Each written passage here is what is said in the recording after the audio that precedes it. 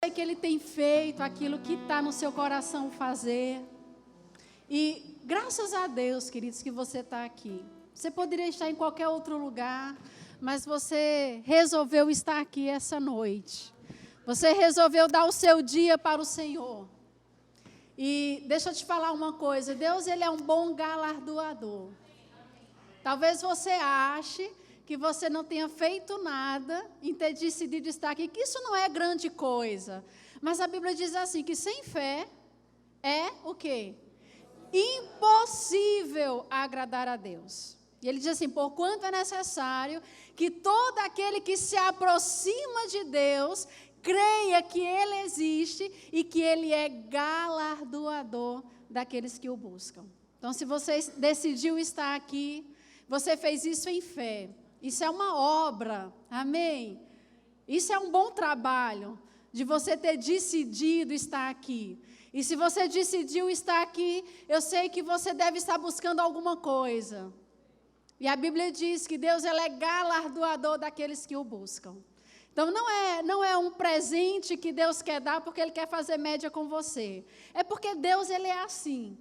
É impossível você se aproximar, é impossível você se expor e você não receber dele.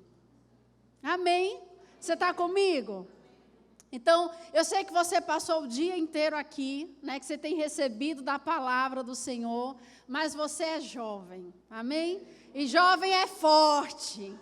Jovem tem força para virar à noite se preciso for. Amém? Eu não vou deixar você virar à noite aqui, então você pode ficar aí feliz que você não vai estar me dando corda fazendo isso. Eu não vou segurar você aqui a noite toda.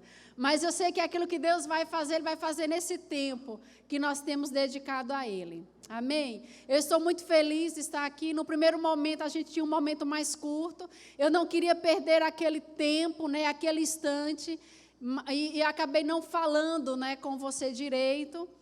Mas eu quero fazer isso agora. Eu estou muito agradecida ao Senhor por esse tempo, né, por poder compartilhar com você aquilo que Ele depositou no meu coração. Cris, eu realmente creio que isso é um tempo que Deus marcou. Ele marcou na sua agenda. E Deus ele não faz um ajuntamento como esse para que nada aconteça. Deus ele não perde tempo. Amém? Às vezes nós perdemos tempo com algumas coisas, mas Deus ele não perde tempo. Então, quando existe um ajuntamento como esse, é porque Deus quer fazer algo, e Ele sempre faz. A gente nunca sai frustrado. Eu estou muito agradecida, né, a Luciana, ao pastor Moisés, à sua esposa Patrícia, Davidson. Eu estava só confirmando com o Luciano que o nome era Davidson. Eu não estava procurando você lá. Né, pelo convite, né, por ter me confiado, né, cada um de vocês. Vocês são preciosos para eles. Assim como vocês são preciosos para Deus. E eu sei que esse lugar, né, esse púlpito, é um lugar onde a gente alcança o coração das pessoas. Deus alcança o seu coração, usando pessoas nesse púlpito. E eu sei que quando eles confiam a alguém, né, esse púlpito a alguém, ele está confiando o seu coração. Né, ele sabe que Deus vai se mover e vai alcançar você. Eu estou muito agradecida, muito honrada pelo convite. Eu estou agradecida por você estar aqui, né, por você ter passado, né, se exposto o dia inteiro a essa palavra.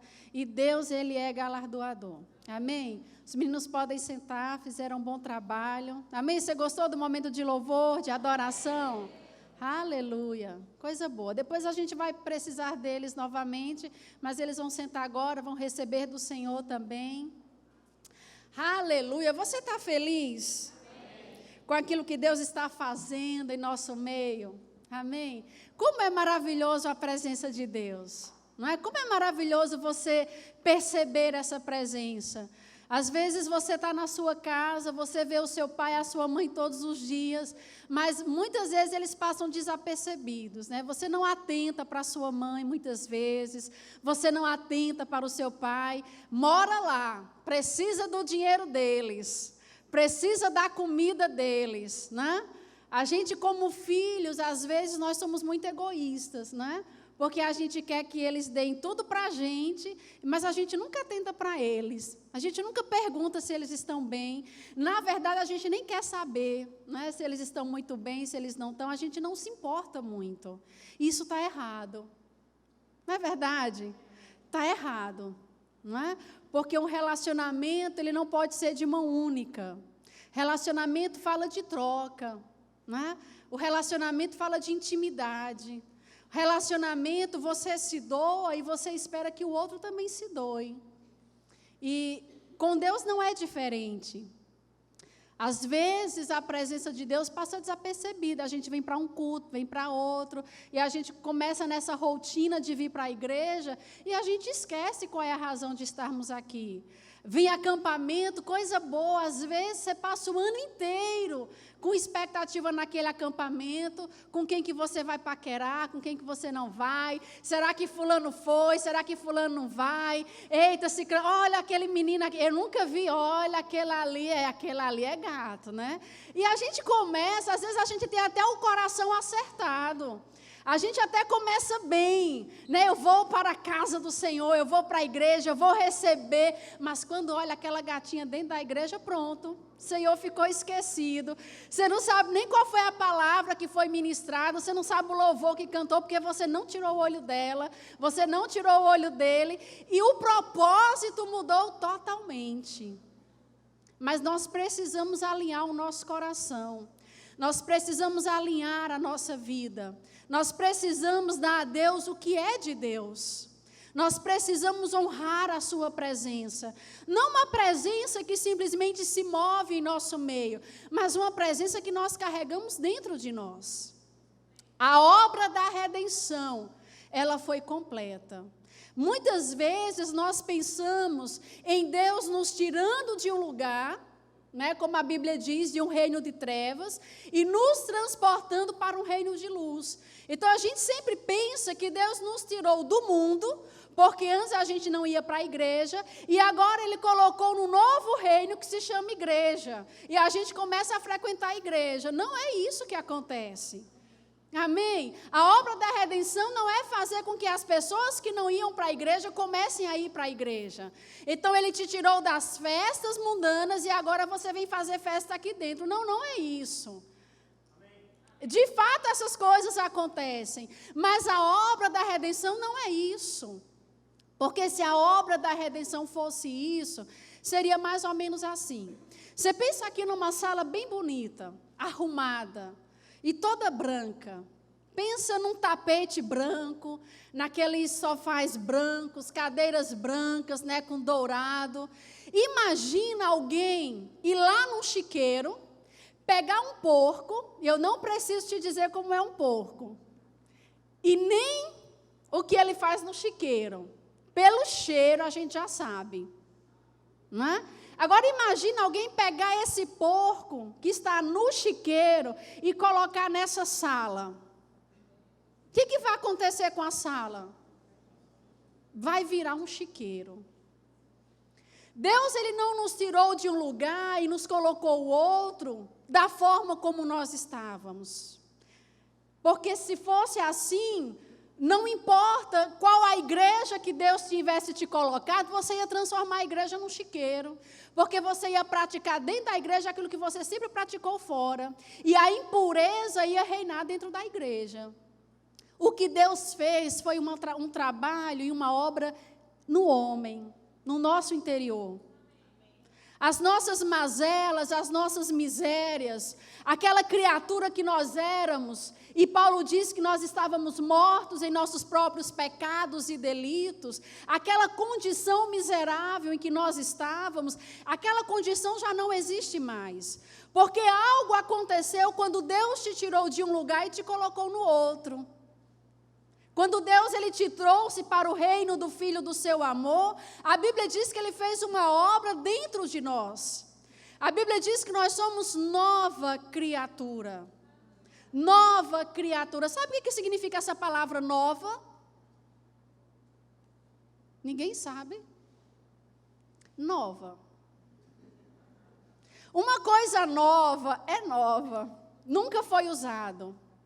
Nunca teve um uso indevido. Sabia que quando você estava no mundo, o diabo te usava indevidamente? Mas uma nova criatura, ela nunca foi usada indevidamente. Uma nova criatura, ela não tem passado, porque ela é recente. A história e o histórico, né, que o diabo joga sobre nós, lança sobre nós, já não existe. É uma nova criatura. A Bíblia diz que nós fomos regenerados de uma semente incorruptível. Isso significa dizer que Deus, Ele nos fez de novo. Você pode ter a mesma cara, a mesma cor, o mesmo tamanho. Você pode ser igualzinho a como você era antes. Mas por dentro, você nasceu de novo. Você nasceu de novo. Uma obra foi feita dentro de você. E você nasceu de novo para que a presença de Deus pudesse habitar em você. Porque quando a gente olha na velha aliança, você vai ver que a presença de Deus acompanhava Israel. Mas era uma presença exterior. A Bíblia diz que havia uma coluna de nuvem e uma nuvem sobre o tabernáculo. Então eles viam aquela presença. Mas era uma presença que eles não podiam se aproximar. A Bíblia diz que quando Moisés ia falar com Deus, todos eles ficavam acompanhando Moisés indo para ter comunhão com Deus. E cada um à porta da sua própria tenda olhava e acompanhava Moisés só com os olhos. Mas a Bíblia diz que ali eles adoravam ao Senhor. Eles percebiam aquela presença e eles reverenciavam aquela presença. E mesmo distantes, eles adoravam. Mas hoje, essa presença está dentro de nós. Dentro de nós. Esse tabernáculo que existia, continua existindo. A Bíblia diz que nós somos a casa do Senhor. Somos o templo do Espírito Santo, casa de oração. Então nós carregamos essa presença. Essa presença ela não está exterior, ela está dentro. A vida de Deus habita em você. O Espírito da verdade que Jesus anunciou habita dentro de você. Então, hoje nós somos o tabernáculo. E como tabernáculo, nós conduzimos a presença de Deus. Em todos os lugares para onde você for, você carrega a presença de Deus. Você carrega da vida de Deus. Agora, deixa eu te falar uma coisa. Carregar essa presença, entender, né, que maior do que aquele que está no mundo é o que está dentro de você, é você de fato perceber, reverenciar e permitir que essa presença te conduza nas coisas da vida. Permitir que essa presença te instrua, te ensine, te repreenda, te eduque na justiça. Porque quando você saiu de lá, né, daquele mundo de trevas, você tinha uma forma de pensar, você tinha uma forma de agir. E essa forma de pensar e de agir era a forma do mundo. Mas agora você está no novo reino. E você precisa ser conduzido de acordo com a lei desse novo reino. Então nós não podemos mais pensar como antes. Nós não podemos agir como antes. Mas a Bíblia diz que nós devemos renovar a nossa mente. E renovar a nossa mente é deixar de pensar como o mundo e começar a pensar como Deus.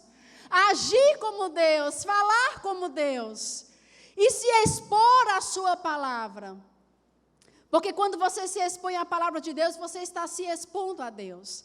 Quando você tem intimidade com a palavra, você está desenvolvendo intimidade com Deus.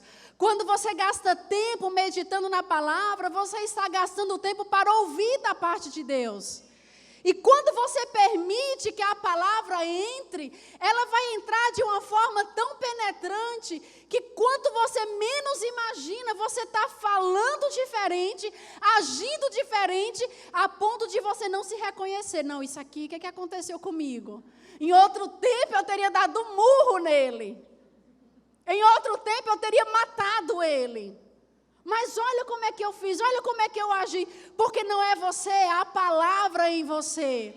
Porque a palavra entra tão forte, tão penetrante na sua vida, que chega um momento que você não sabe onde é você, onde é a palavra, porque a palavra se mistura a quem você é. E você começa a pensar e agir e falar como Deus. Como tabernáculo, nós carregamos a presença de Deus. E carregar a presença de Deus, Cris, primeiramente é carregar o que você precisa. É carregar a resposta que você está buscando. É carregar a cura que você está esperando de Deus. Mas não só para você. Eu fico imaginando quantas pessoas estão do seu lado, precisando do que você tem e elas não têm. Pessoas morrendo, pessoas doentes, e você carrega aquele que é o Jeová Rafa, o Deus que te sara. Mas a pessoa do seu lado morrendo com enfermidade. Tem pessoas que estão crendo em Deus por provisão, mas você carrega dentro de você o Jeová Jireh, que é o Deus de toda provisão. Mas esse Deus, ele precisa chegar às pessoas. O Jeová Jireh, o Jeová Rafa, o El Shaddai, o Todo-Poderoso, que pode intervir e mudar o curso da história de alguém, habita em você. Então você se deixa alcançar por essa presença. Mas essa presença alcança aqueles que estão à sua volta. Isso é inevitável. A Bíblia diz que o amor de Deus ele foi derramado em nosso coração. Você sabe o que é uma coisa derramada? As mulheres devem saber o que é um leite derramado. Você olha, você não pisca, você está ali todo o tempo olhando. De repente, o gato miou, você olhou para o gato, o leite esborrou, suja tudo. Não é assim? Quando o leite derrama, ou quando qualquer coisa derrama, quando você derrama alguma coisa, você não tem controle de até onde essa coisa vai. Você não pode deixar o leite derramar e dizer, olha, não passa daqui. Não, ele vai esborrar, dependendo do tamanho da panela, da quantidade de leite, vai melar tudo. A Bíblia diz que o amor de Deus foi derramado em nosso coração. Derramado numa quantidade que você não é capaz de reter. É acima da sua capacidade de armazenar. Ele é derramado para que você não armazene mesmo. Para que esse amor se derrame, se espalhe e toque quem você quer e quem você não quer. Porque às vezes a gente quer escolher. Não, fulano é muito chato. Deus me livre levar ele para a minha igreja. Já basta ter que aguentar ele na escola, levar para a igreja, Deus me livre. Não, mas fulano é muito bom, eu vou pregar para fulano. Porque, olha, imagina só ir lá na igreja. Não, o amor de Deus é derramado para se espalhar. E para tocar todos aqueles que estão perto de você. Então, quando a Bíblia fala que nós fomos estabelecidos como tabernáculo da nova aliança, é porque nós carregamos a presença de Deus. E nessa presença, nós temos em Deus tudo aquilo que nós precisamos. Mas nós também carregamos tudo aquilo que o nosso amigo precisa. A nossa vizinhança precisa. Você tem a resposta da oração de muita gente. Você tem cura para muitos enfermos. Você tem salvação para muitas pessoas que estão perdidas. Você tem um amor para muitos jovens que hoje estão deprimidos. Quando que a gente ia pensar em jovens com depressão? E não é difícil você encontrar jovens que têm se suicidado. Mas aquilo que você tem, muitas vezes, você está sobejando. E pessoas estão morrendo, porque não tem aquilo que você tem. Quando fomos feitos o tabernáculo da nova aliança, nós fomos feitos para resplandecer a glória de Deus. Paulo diz que nós somos transformados. Nós refletimos a glória de Deus como por espelho. E quando nós refletimos a glória de Deus como por espelho, ele diz que nós somos transformados de glória em glória. Você entende que você é melhorado a cada dia? Você está sendo aperfeiçoado a cada dia? Todas as vezes que você se expõe à palavra, algo dentro de você muda. Você fica melhor a cada dia. Mas a Bíblia diz que enquanto você reflete a glória de Deus, você reflete como espelho. Você recebe daquela presença, mas você espalha aquela presença. Existe algo que é refletido em você. Eu lembro de Jesus falando com aquela mulher samaritana. Olha que condição, Jesus era judeu. A mulher samaritana era samaritana. Isso significa dizer que ali havia um grande problema, porque judeu não se entendia com samaritano. E agora está Jesus, judeu, conversando com a mulher samaritana. O segundo problema é que Jesus era homem e a mulher samaritana era uma mulher. Isso é um outro problema, porque não era bom um homem ser visto conversando com uma mulher. Agora, imagina um homem judeu falando com uma mulher samaritana. E para complicar a situação, essa mulher samaritana era tida como prostituta. Então, ninguém dava nada por ela. Não era uma mulher respeitada. Não era uma mulher que fosse valorizada pela sociedade. Muito pelo contrário. Era uma mulher desprezada, desprezível aos olhos das pessoas. E agora Jesus conversando com aquela mulher. E quando a gente começa a ver aquela conversa de Jesus com a mulher samaritana, você vai ver que aquilo que Jesus falou para a mulher samaritana, ele nunca tinha falado antes, nem para os discípulos. Ele revelou muitas verdades aos discípulos, mas houve algo que ele reservou para aquela mulher. E aquela mulher conversando com Jesus, ela pergunta assim: os nossos pais, eles dizem que nós devemos adorar aqui nesse monte.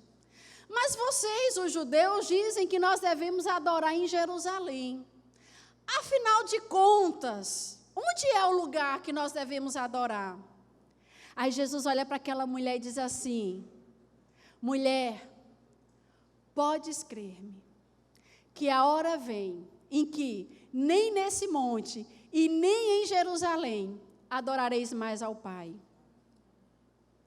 Ele diz assim, a hora vem, e talvez esse tenha sido o maior segredo de Jesus para aquela mulher. A hora vem e já chegou.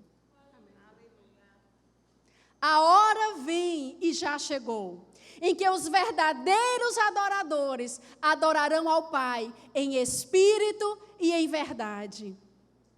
Porque Deus é espírito, e importa que aqueles que o adorem em espírito e em verdade. E Deus nos estabeleceu como adoradores. E a única razão de Deus ter nos estabelecido como adoradores é por causa da presença que nós carregamos.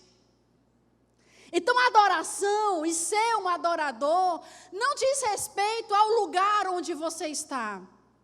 Nem neste monte e nem em Jerusalém. É chegado um tempo que não vai ser um lugar que vai determinar. Não é o lugar onde você está, não é a igreja a qual você faz parte. Não é a denominação, se você é batista, presbiteriana, congregacional, assembleia, verbo. Não diz respeito à placa denominacional. Não diz respeito a um lugar físico. Não diz respeito sequer à música que nós cantamos. Ao grupo que está tocando, não diz respeito a isso. Quando ele fala de sermos verdadeiros adoradores, ele está falando de uma condição do nosso coração, de uma entrega do nosso coração, da nossa vida de obediência ao Senhor, da nossa vida de gratidão ao Senhor. O fato é que Deus te estabeleceu como um altar de adoração. Porque onde está a presença de Deus, aí deve haver adoração. E se nós carregamos essa presença, se nós entendemos a presença de Deus dentro de nós, nós precisamos nos ver como um altar de adoração. E isso significa dizer que aonde quer que eu vá, existe ali um lugar de adoração. Se eu estou na escola eu sou um lugar de adoração. Se eu estou na faculdade está um altar de adoração. Se eu estou no meio da rua, ali está. Que onde tiver um crente sobre a face da terra, ali existe um altar de adoração. Ali existe um verdadeiro adorador. Ali existe uma presença pesada de Deus. Você entende uma presença pesada? É uma presença que não pode passar desapercebida. É uma presença que deve ser tangível. E esse altar de adoração tem a ver com a minha vida de obediência. Tem a ver com a minha mente sendo renovada pela palavra. Sim, porque aquilo que Deus podia ter feito por mim, Ele já fez. Ele me fez de novo. Mas cabe a mim renovar a minha mente com a sua palavra. Deixar que os pensamentos do mundo fiquem no mundo. E deixar que a minha vida seja inundada pelos pensamentos de Deus. Uma vida de adoração é uma mente renovada pela palavra. Uma vida de adoração é um corpo que é trazido em sacrifício vivo, santo e agradável ao Senhor. Não é o meu corpo que determina. Não é o meu corpo quem decide. Não é o meu corpo que diz a hora. Não. O meu corpo é trazido como um sacrifício vivo, santo e agradável ao Senhor. Isso é um verdadeiro adorador. Isso é uma vida de adoração ao Senhor. Então a verdade é que aonde você for, aonde você colocar os seus pés, existe ali um altar de adoração. Existe ali uma casa de adoração. Existe ali um templo. E um templo que está cheio da presença. Você pode até estar desprezando, mas está cheio da presença. Uma presença que carrega nela mesma tudo aquilo que você precisa. As suas necessidades, você consegue o suprimento para cada uma delas, é na presença de Deus. A Bíblia diz que Deus ele tinha dado uma promessa para Abraão. Quantos sabem aqui, de Abraão, o pai da fé? Amém? Deus tinha dado uma promessa a ele. E, queridos, eu não sei porque cargo d'águas, Sara teve uma ideia brilhante. Porque mulher tem ideia brilhante, não é? Às vezes é tão brilhante que estraga tudo. Foi a ideia que Sara teve. Deus havia prometido um filho a Abraão. Mas Abraão já era um homem de idade. Sara era uma mulher de idade e era uma mulher estéril. E Deus fez aquela promessa e de repente o tempo foi passando e nada acontecia. O menino não nasceu, a barriga de Sara não começou a crescer, nada acontecia. Então Sara teve aquela ideia brilhante que normalmente as mulheres têm. E Sara entregou uma serva dela para Abraão, para que Abraão pudesse ter um filho com aquela serva. E sabe, queridos, a Bíblia diz que essa serva, ela concebeu, ela deu à luz. E quando Deus ele volta a falar com Abraão, se a gente fizer as contas, você vai ver que 13 anos se passaram para que Deus voltasse a falar com Abraão. E quando Deus volta para falar com Abraão, ele diz assim: Abraão, eu sou o El Shaddai. Eu sou o Deus Todo-Poderoso. E El Shaddai significa o Deus que é todo-poderoso, o Deus que nutre, que satisfaz poderosamente. O Deus que é suficiente e autossuficiente. E ele diz para Abraão: olha, Abraão, eu sou o El Shaddai. Anda na minha presença e ser perfeito. Anda na minha presença e ser perfeito. 13 anos Deus silenciou para Abraão. E quando Deus aparece para ele, Abraão, eu sou o El Shaddai. Eu sou tudo o que você precisava para vir a ser pai de nações. Eu sou tudo o que você precisa para que a tua descendência seja tão numerosa quanto é o pó da terra. Porque se alguém puder contar o pó da terra, assim também será contada a tua descendência. Em outras palavras, Deus estava dizendo, olha Abraão, aquilo que você pode ter em mim é tão poderoso, que a descendência que vai se levantar sobre a terra, ela é tão numerosa que ninguém vai poder contar. Se alguém puder contar as estrelas, elas também vão saber e vão poder contar a tua descendência. Mas tudo o que você precisa fazer, anda na minha presença. Anda na minha presença. Anda na minha presença. Sabe por quê, queridos? Porque é na presença de Deus que nós somos aquilo que Ele nos chamou para ser. É na presença de Deus que nós encontramos aquilo que nós temos buscado. É na presença de Deus que nós encontramos conforto. É na presença de Deus que nós somos consolados. É na presença de Deus que nós somos providos. O seu pai, a sua mãe não é a sua provisão. E você está crescendo, viu? Olha, o tempo está passando. Vai chegar um tempo que não vai ter nem papai nem mamãe. E você vai ter que desenvolver a sua fé e colocar a sua confiança em Deus. Porque existe um momento que eles estão provendo para a gente. Existe um tempo que Ele nos veste, nos dá comida, nos dá tudo que precisamos. Mas vai ter um momento. E é bom que você se prepare para Ele. Para você colocar a sua confiança no Senhor, a sua dependência no Senhor, e entender que é na presença dEle que nós somos supridos. É na presença dEle que nós somos consolados. É na presença dEle que nós recebemos instruções para o nosso dia a dia. É na presença dEle que nós somos aquilo que Ele nos chamou para ser. Toda a promessa de Deus, ela se cumpre quando nós estamos na sua presença. É na sua presença. E quando nós estamos na sua presença, o altar de adoração se levanta. Jesus falou uma coisa muito interessante, eu quero que você veja na sua Bíblia. Porque as pessoas às vezes duvidam quando eu digo que está na Bíblia. Então eu quero te levar para lá.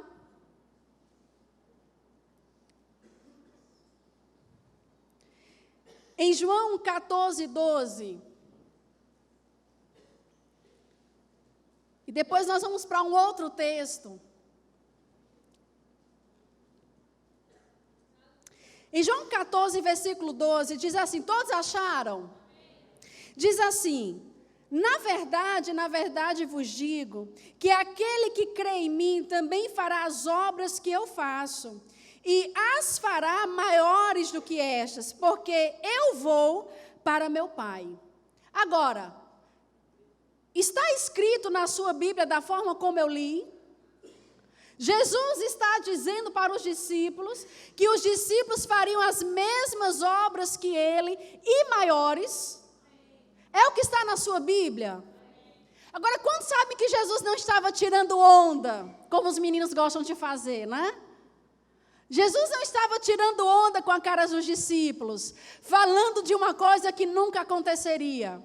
E é chegado o tempo de nós deixarmos de ser religiosos. Não, eu que não quero fazer nada maior que Jesus. Não, é para você fazer. É a sua palavra. Ele disse, vocês farão as mesmas coisas que eu e obras maiores. Agora, quando Jesus estava falando isso, Ele não estava olhando para os discípulos na condição em que os discípulos estavam, mortos espiritualmente, porque eles não tinham nascido de novo. O novo nascimento só se deu mediante a morte e ressurreição de Jesus. Depois eles nasceram de novo. Quando Jesus fala isso para eles, Jesus está vislumbrando esse tempo em que eles receberiam da própria vida de Deus, do tempo em que eles seriam revestidos do poder de Deus. E aí sim, sendo eles o templo do Espírito Santo, e tendo sido eles revestidos com o poder de Deus, sim, eles fariam as mesmas coisas que Jesus e coisas maiores. E deixa eu te dizer o que era que Jesus estava vendo. Se cada crente se levanta como um tabernáculo, se cada crente carrega da presença, da cura, da salvação, da libertação, se cada crente é um altar de adoração, que de fato a Bíblia diz que nós somos, significa dizer que nós estamos fazendo uma obra muito maior. Porque Jesus disse, eu vou para o meu Pai. Jesus era ele veio como homem, ele ia de um lugar de cada vez. Não vai haver registro na Bíblia de que Jesus estava em 2 cidades ao mesmo tempo, mas a igreja está em todos os lugares ao mesmo tempo. E é por isso que ele diz que nós faríamos obras maiores, porque enquanto eu estou na universidade, eu estou carregando da presença de Deus, e eu estou resplandecendo da glória de Deus para a vida daquelas pessoas. Quando você está no seu trabalho, na sua escola, na sua rua, na sua igreja, no seu bairro, na sua cidade, a glória de Deus está sendo manifestada ao mundo. Você está aqui se expondo à palavra, e quantas outras pessoas também ao mesmo tempo não estão se expondo à palavra? Quantas pessoas não estão sendo salvas hoje? Quantas pessoas não estão recebendo a Jesus hoje? Quantas pessoas não estão recebendo oração nos hospitais agora? Porque a igreja de Deus está espalhada sobre a terra. Nós fazemos parte de uma grande obra. Jesus disse assim: eu sou a luz do mundo. Mas o segundo texto que eu quero que você veja com seus próprios olhos, está em João, no capítulo 8, no versículo 12. É só a confirmação do que eu disse, eu sei que você sabe disso, mas eu quero que você veja. Ele diz, eu sou a luz do mundo. Quem me segue não andará nas trevas, pelo contrário, terá a luz da vida. Agora, olha o que ele diz em João 9, no versículo 5. Você vira a página, capítulo 9, versículo 5. Ele diz assim, enquanto estou no mundo, eu sou a luz do mundo. Você entende? Enquanto eu estou no mundo, eu sou a luz do mundo. Quantos sabem que Jesus não está mais no mundo? Que ele já subiu para o Pai. Ele não está mais no mundo. Ele disse, enquanto eu estou aqui, eu resplandeço a glória de Deus. Eu coloco a presença de Deus em manifestação. Enquanto eu estou no mundo, eu sou a luz. Mas ele não está mais no mundo. Quem está no mundo? Diga eu. Você está no mundo. E a Bíblia diz, Jesus falando, ele disse, vós sois a luz do mundo. Vós sois a luz do mundo. Ele diz que nenhuma cidade é edificada no alto para que ninguém veja. Nenhuma lâmpada é colocada debaixo da mesa para que ninguém veja. Muito pelo contrário, ele diz que uma lâmpada é colocada no alto para iluminar a todos. E é assim que nós somos luz. Nós não somos luz aqui dentro da igreja. Porque aqui, queridos, cada um carrega a sua própria luz, que é Jesus, que é a palavra. A minha luz, ela divide o mesmo espaço com a sua luz. E é verdade que como corpo nós nos ajudamos. Nós edificamos uns aos outros. Mas luz é colocada sobre as trevas. A luz veio para as trevas. Nós somos a luz do mundo. Eu não estou dizendo que Jesus deixou de ser. Eu estou dizendo que o mundo lá fora não tem Jesus mais como referência. Ele continua sendo a nossa luz. Toda a luz que brilha em Tudo que nós temos e nós temos e somos nele, na sua presença. Mas essa luz que brilha em nós é para as trevas, é para que as trevas vejam. Aí a gente quer ser luz dentro da igreja, quando não precisamos. Luz é para as trevas, é para iluminar a todos. Talvez você tenha se assustado, porque tinha um caminhão ainda há pouco aqui chamado Celi, não é? É um trator. Aí de repente chega Magliana, totalmente diferente. Talvez você fique até debaixo de condenação em ouvir Celi que prega a palavra de todo jeito, em todo lugar, e você diz, nossa, eu estou perdido, eu nunca preguei a palavra para ninguém, eu nunca falei de Jesus para ninguém, e quanto mais você ouve Celi, mais você se desespera. Porque a mulher já foi para todo canto, eu não saí do meu lugar ainda, nem na escola eu consigo falar de Jesus para ninguém. Deixa eu te dizer uma coisa, você não tem que ser como Celi. Você não tem que ser como eu. Deus, Ele te chamou por aquilo que você é mesmo. E por aquilo que você pode ser nele. Eu sei que às vezes nós temos timidez. Mas eu vou te dizer uma coisa, você não precisa ser desenrolado. Você não precisa ser um pregador. Você não precisa ser aquele cara que a todo momento que abre a boca, fala e fala e fala e fala, quando a própria vida reprova tudo que ele fala. Uma luz brilha quando você permite que a palavra de Deus mude você. A sua luz brilha quando você permite que os seus pensamentos sejam os de Deus. A sua luz brilha quando você decide que você não quer mais viver a sua própria vida, mas que de fato você entende que Cristo vive em você. E quando você permite a palavra, Cristo viver dentro de você, a tua luz vai brilhar, ainda que você não abra a boca. O problema é que nós somos santos na igreja, mas na escola a gente prega Mateus 2:1 que diz, quem não cola não sai da escola. E a gente colocou isso é uma verdade tão absoluta na escola que você jura que está na Bíblia, em Provérbios. O livro da sabedoria, quem não cola não sai da escola. E você é um crente que cola. Aí você é um crente que grita tanto com seu pai e a sua mãe dentro de casa, que quando chega na escola, grita com o professor, grita com a professora, desonra. Normalmente um aluno que desrespeita um professor em sala de aula, que grita em sala de aula, é porque já desrespeitou o pai e a mãe há muito tempo. O mundo precisa de referenciais. O mundo precisa de referenciais. A gente acha que ser luz é pregar a palavra.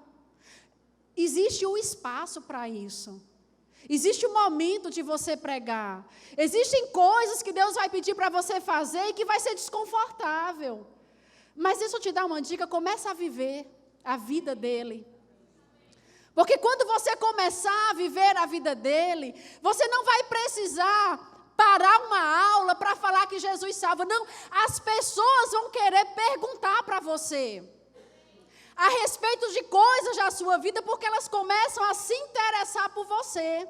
Elas começam a querer o que você tem. E elas começam a se aproximar. E elas começam a perguntar, você é crente? Elas começam a pedir para que você fale. Aí você diz, sim, eu sou. Qual é a igreja que você frequenta? Eu frequento aquela igreja. Ah, é? E aí, lá é bom? É. Quer ir lá um dia comigo? Pronto. Trouxe a pessoa para cá, se converteu, está na tua conta. Você que trouxe. O pastor pode ter passado a semana inteira, mas você trouxe. Se converteu, está na tua conta, está na tua contabilidade. Quando nós vivemos a vida de Deus, as pessoas querem saber. É elas que te procuram. Então, uma boa coisa é começar a viver a vida de Deus. Uma boa coisa é você ser exemplo aonde você é. E vai haver os momentos que Deus vai dizer para você falar, mas você já está tão acostumado a falar, porque as pessoas perguntam tanto, que isso já deixou de ser um problema. Nós precisamos viver a vida de Deus. Deixar que essa presença seja percebida pelas pessoas que estão à nossa volta. O mundo precisa saber e ter um referencial de como é que um filho honra pai e mãe. E a única forma de você mostrar como é esse referencial é você começar a honrar as autoridades que estão sobre você. Enquanto os seus colegas de trabalho querem que o chefe se exploda, morra, você trata ele com respeito. Vai ser chamado de babão. Tudo bem. Mas um dia eles vão reconhecer que existe um princípio de honra dentro de você. O mundo precisa saber e ter um referencial de como é ser uma adolescente que ama e que serve ao Senhor. O mundo precisa de um referencial de jovem, íntegro. O mundo precisa de um referencial de como é que se trata uma namorada. Agora, o menino que é crente, trata a namorada como se fosse um cavalo. Aí como é que eu posso ensinar para o mundo, como é que um homem deve tratar uma mulher, se eu sou homem e trato a mulher como um cavalo trata, dando coice? Você entende? O mundo precisa de referenciais. Como é honrar pai e mãe? Seja um menino, uma menina que honra pai e mãe. Honre os seus pais e deixe que as pessoas vejam. Honre os seus professores, honre os seus patrões. Você que é casado, seja um referencial de um homem casado. Você, mulher que é casada, seja um referencial de como é uma mulher casada. Mas, ao contrário, nós queremos ficar iguaizinhos a eles. Aí a gente começa a ver coisa na televisão e a gente quer ser igual, quando tudo que Deus quer é que a gente seja diferente. A gente quer usar aquela roupa porque aquela mulher fruta tal usa. Porque aquela mulher, a outra fruta, ela usa isso daqui, eu quero usar também porque eu gostei muito. E você começa a se identificar com o mundo e você perde a referência de crente que você deve ser. Aí tem aí, eu descobri que tem aí um tal de Wesley Safadão. Olha que geração é essa? Aí tem muito menino na igreja querendo ser como Wesley Safadão, quando a Bíblia te chama para ser santo. As meninas agora querem ser como a melancia, como a uva, como a maçã. Deus está te chamando para ser santa. Vocês já perceberam? Vocês já perceberam que as meninas no mundo, elas não sabem se vestir? Porque, veja bem, se elas colocam a mini saia e quando se senta, fica se cobrindo, é porque não sabe se vestir. Porque se soubesse, não precisaria depois ficar fazendo armação para tentar cobrir aquilo que ela mesma está expondo com a roupa. Agora, quem é que vai ser referencial de como se vestir de forma decente? Você, meninas. É você que deve ser um referencial.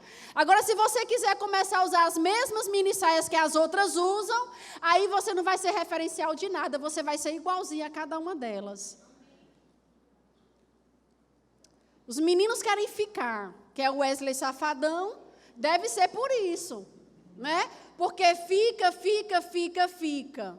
Aí os meninos da igreja, que devem ser referenciais de que não existe nada disso de ficar, porque isso não é santo.